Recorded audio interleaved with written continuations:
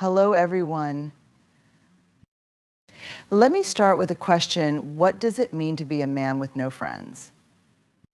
It might sound like a story of solitude, but often it's a story of self-protection, a story of fear. We live in a world that celebrates independence. From an early age, we're taught to admire those who pull themselves up by their bootstraps and to strive for self-reliance. Phrases like stand on your own 2 feet and you don't need anyone else are often offered as encouragement. But somewhere along the way, we've misinterpreted independence as isolation. We've mistaken strength for solitude.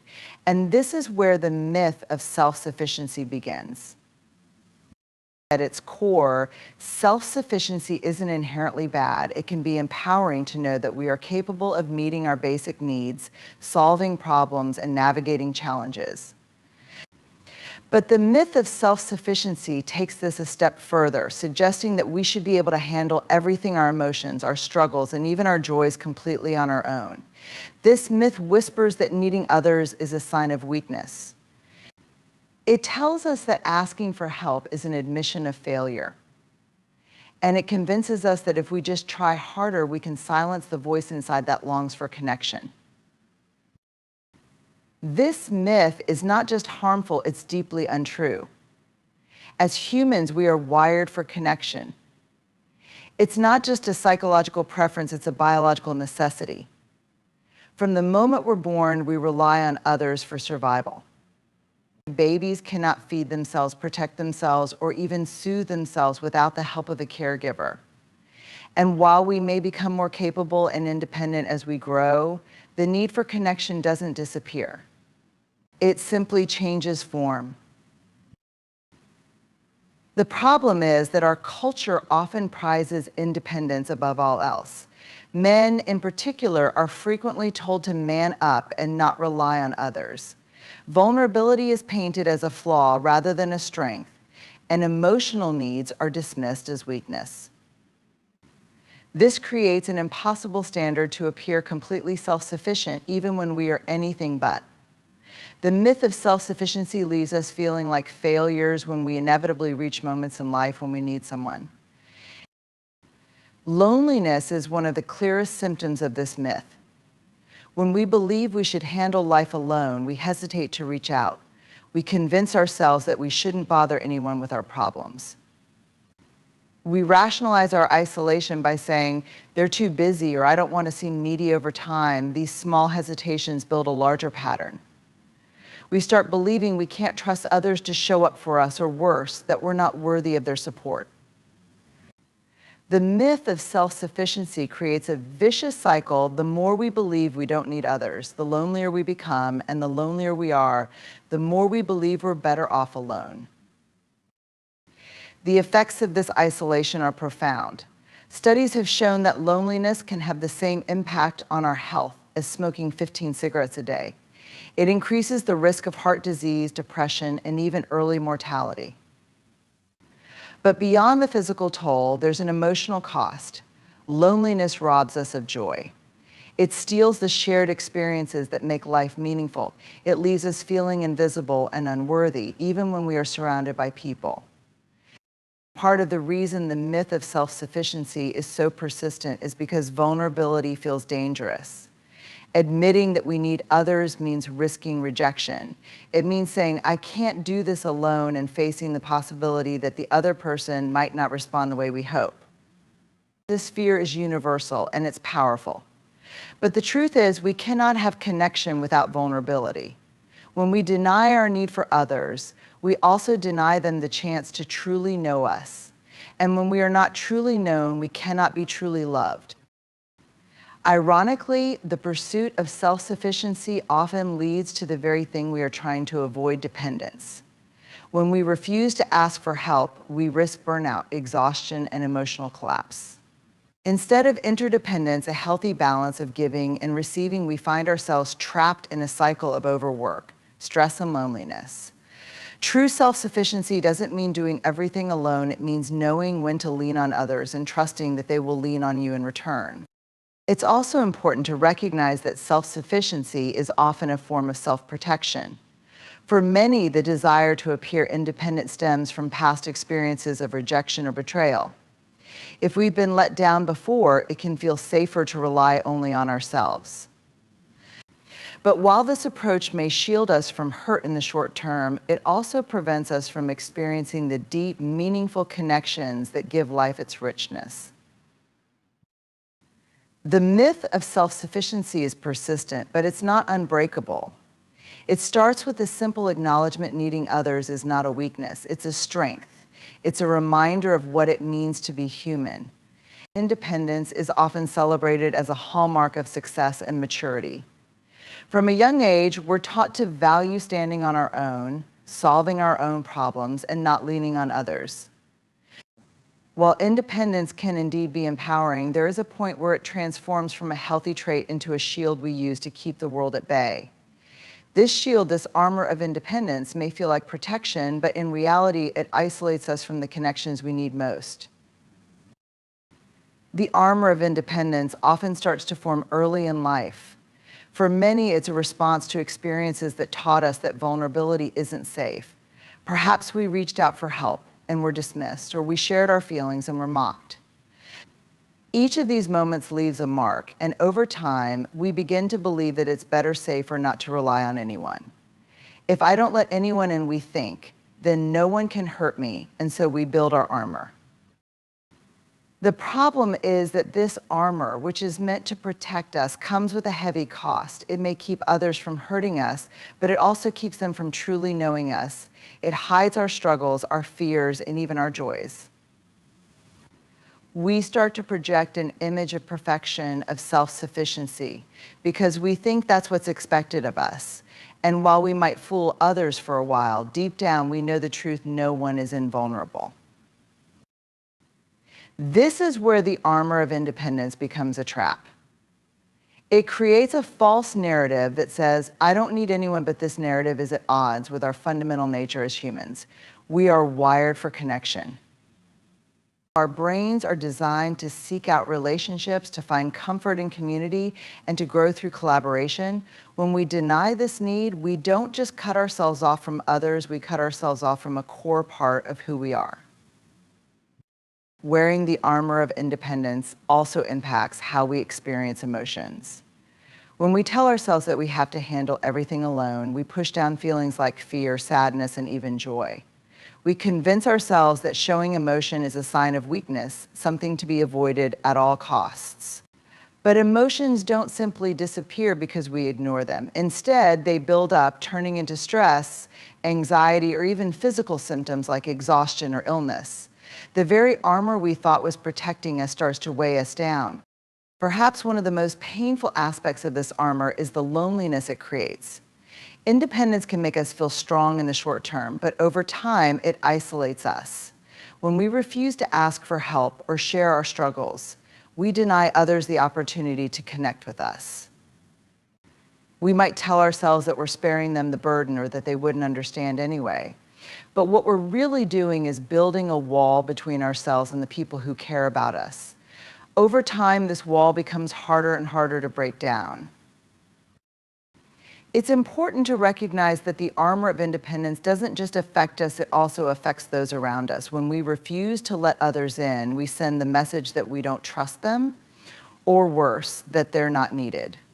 Relationships thrive on mutual support, on the give and take of care and understanding. When one person insists on handling everything alone, it can create an imbalance, leaving others feeling pushed away or undervalued. Paradoxically, the very independence we cling to in order to protect our relationships can end up eroding them. This armor also creates a barrier to growth. Asking for help, admitting we don't have all the answers, and relying on others are essential parts of learning and evolving. When we insist on doing everything ourselves, we limit our perspective and miss out on opportunities to grow through collaboration.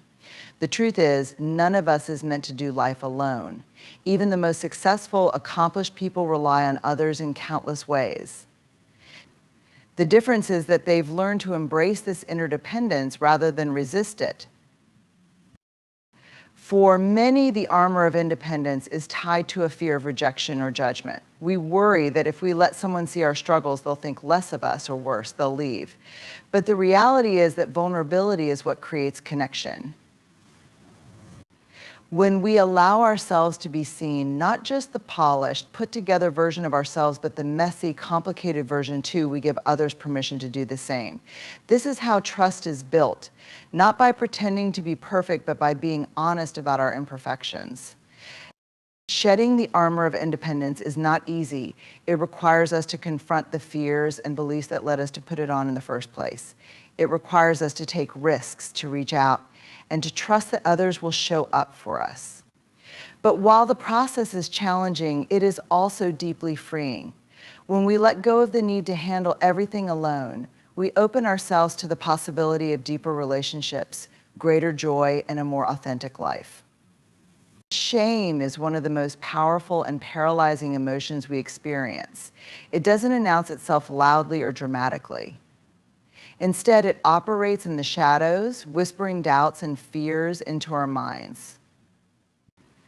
It's quiet, but its impact is profound. Shame builds an invisible barrier, a silent wall that separates us from others, keeping us from connection, vulnerability, and the authenticity that makes relationships meaningful. What makes shame so potent is its deeply personal nature. It tells us not just that we've made a mistake, but that we are the mistake. Guilt says, I did something bad. Shame, on the other hand, says, I am bad. It's not about our actions, but our identity, and that's why it cuts so deeply. When we feel shame, it's as though every flaw, every failure, every imperfection is on display for the world to see. And so we retreat. We hide behind the silent wall, hoping to shield ourselves from judgment, not realizing that this very act of hiding only strengthens shame's hold on us. Shame thrives in secrecy. It feeds on silence and isolation, growing stronger the longer it goes unspoken. When we feel shame, the instinct is often to pull back, to withdraw from others, and keep our feelings hidden. We convince ourselves that no one else could possibly understand, that if people really knew us, they wouldn't want to stay. This belief is one of shame's cruelest tricks. It makes us feel uniquely flawed, as though we're the only ones struggling, even though shame is something every human being experiences. The wall of shame doesn't just keep others out, it also keeps us trapped inside. When we live behind this wall, we carry an invisible burden, a sense of unworthiness that seeps into every aspect of our lives. It affects how we see ourselves, how we interact with others, and even how we pursue our goals. Shame whispers, who do you think you are, when we dare to dream?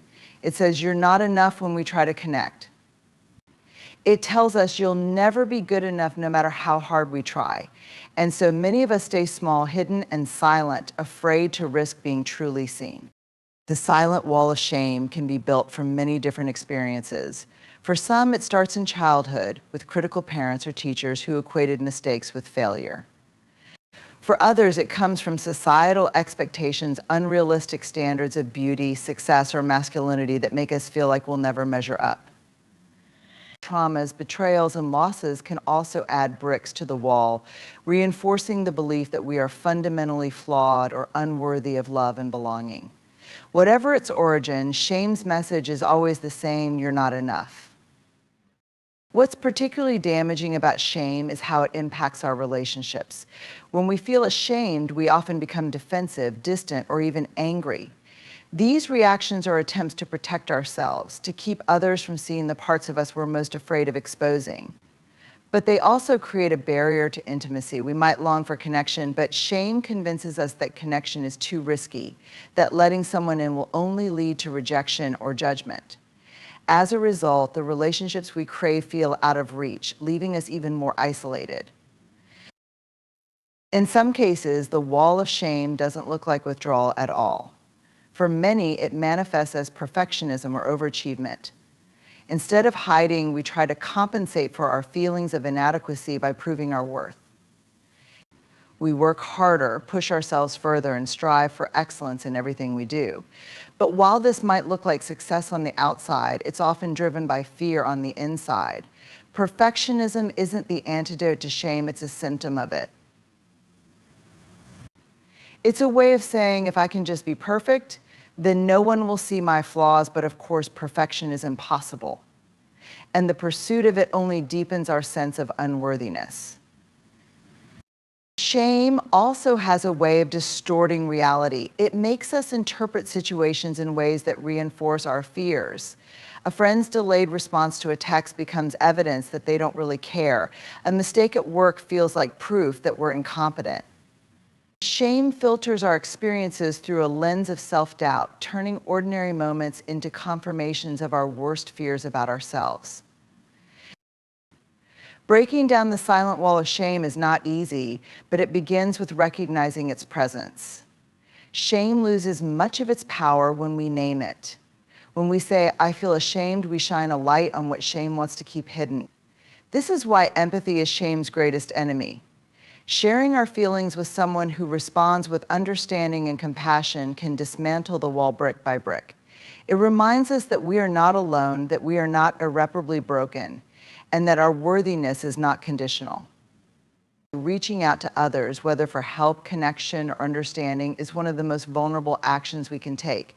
It requires us to step outside of our comfort zones and expose parts of ourselves we often prefer to keep hidden. It's no wonder that so many of us hesitate. Reaching out carries the risk of rejection, misunderstanding, or even indifference. Yet, as daunting as it can be, it's also the foundation of human connection and belonging. One of the biggest challenges of reaching out is the uncertainty it brings. When we open ourselves to others, we relinquish control over how they will respond. Will they welcome our vulnerability, or will they dismiss it? Will they show up for us, or will they let us down? This lack of certainty can feel overwhelming, particularly if we've been hurt or rejected in the past. Each time we consider reaching out, those old wounds might resurface, whispering, what if it happens again? The fear of history repeating itself can keep us silent, even when our hearts are longing for connection. But the fear of rejection isn't the only barrier. There's also the fear of appearing weak. In a culture that prizes self-reliance and independence, asking for help or admitting that we're struggling can feel like a failure. We worry about being judged, about others thinking less of us because we couldn't handle it on our own. This fear is especially pronounced for those who have been conditioned to equate vulnerability with weakness, whether through societal expectations, personal upbringing, or life experiences. The result is that many of us internalize the belief that reaching out is something to avoid at all costs. Yet the irony is that while reaching out feels risky, not reaching out carries its own risks. Isolation, loneliness, and emotional stagnation often come from holding back. When we keep our struggles to ourselves, we deny others the chance to show us love, support, and empathy. We also deny ourselves the relief and healing that come from being truly seen and understood. Over time, the walls we build to protect ourselves can become prisons, cutting us off from the very connections that make life meaningful. The act of reaching out isn't just about asking for help, it's also about offering connection. It's about saying, I see you, or I need you, or let's walk through this together. These moments of connection can feel risky because they require us to take the first step. We might fear that our gesture won't be reciprocated or that our openness will be met with silence. These fears are valid, but they also point to an important truth. Reaching out is an act of courage. It's a leap of faith, a willingness to trust in the possibility of connection despite the uncertainty. For many, the risk of reaching out is magnified by past experiences of being let down.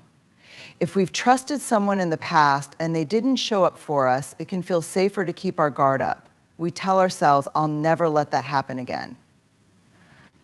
But this protective instinct, while understandable, can also become a barrier to connection.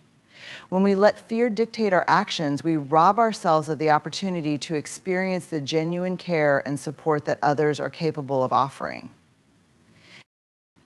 Another challenge is the vulnerability inherent in reaching out. To say, I need help or I'm struggling is to admit that we don't have it all together, a truth we often go to great lengths to hide. But this vulnerability is also what makes connection possible. When we share our authentic selves with others, we invite them to do the same. This reciprocity is what creates deep, meaningful relationships. It's what turns acquaintances into friends, colleagues into allies, and strangers into companions. Reaching out also requires us to navigate the possibility of misunderstanding. Sometimes the people we turn to might not respond in the way we hope. They might offer advice when we're seeking empathy, or they might minimize our struggles because they don't know how to sit with discomfort. These moments can be disheartening, but they're also part of the risk. Not every attempt to connect will go as planned, but that doesn't mean the effort isn't worthwhile. Every time we reach out, we're practicing courage, and courage is what allows us to build stronger, more resilient relationships over time. It's also important to recognize that the risk of reaching out isn't one-sided. Just as we take a risk by being vulnerable, the people we reach out to are taking a risk by engaging with us.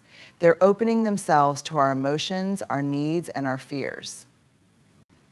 This mutual vulnerability is what makes connection both challenging and deeply rewarding. It's a reminder that relationships are a two-way street built on a foundation of shared trust and openness. Finally, reaching out isn't just about asking for help when things are hard.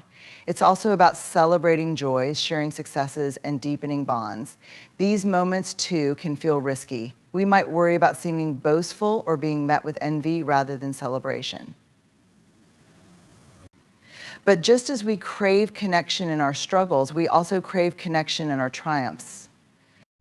Reaching out to share these moments strengthens the fabric of our relationships, reminding us that life's highs and lows are better navigated together. In the end. What we're all searching for is connection, a sense of belonging, of being seen, heard, and valued for who we truly are.